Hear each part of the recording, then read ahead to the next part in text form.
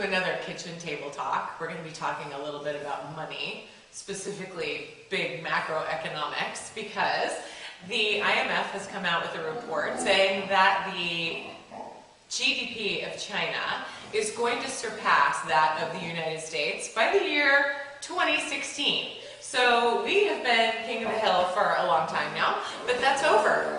And Finn is going to have a baby on the floor of the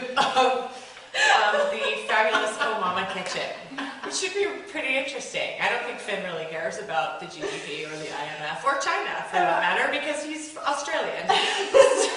So that's that. Anyway, okay, so the United States, we've been really super wealthy and powerful for a long time, and now China is taking over the world. How do you feel about that?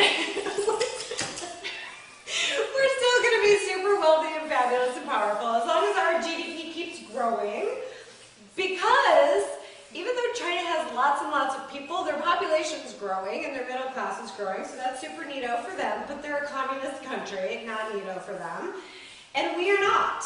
We, on a per capita basis, are wealthier, and our businesses are wealthier on a per person basis. So we are financially more sound. More sound. Okay, but the thing that makes me nervous about the China deal is that whereas we are a non-imperialistic nation, although some people would say that we aren't, but we are not an imperialistic nation, China is sort of predatory. Like, they're buying up a lot of resources and land around the world.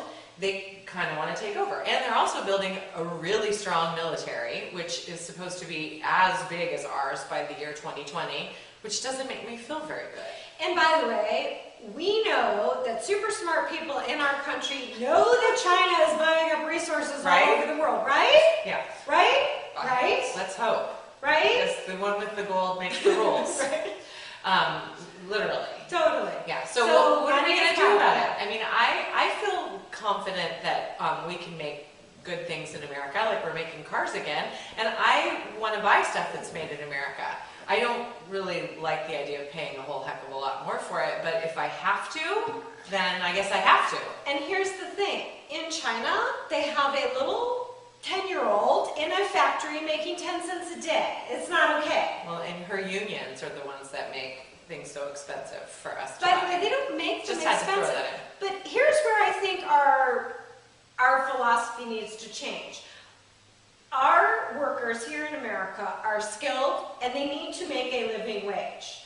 That is not a bad thing. That's a great thing. So why don't we demand that China, instead of paying their people 10 cents a day, elevate the standard of living there for their people? Because we don't run China. Right. So then we need to. The emperors of the world. Right. But then, if we're not, then why do we buy their products? Because they're cheaper. We should have an ethical standard for the products we buy.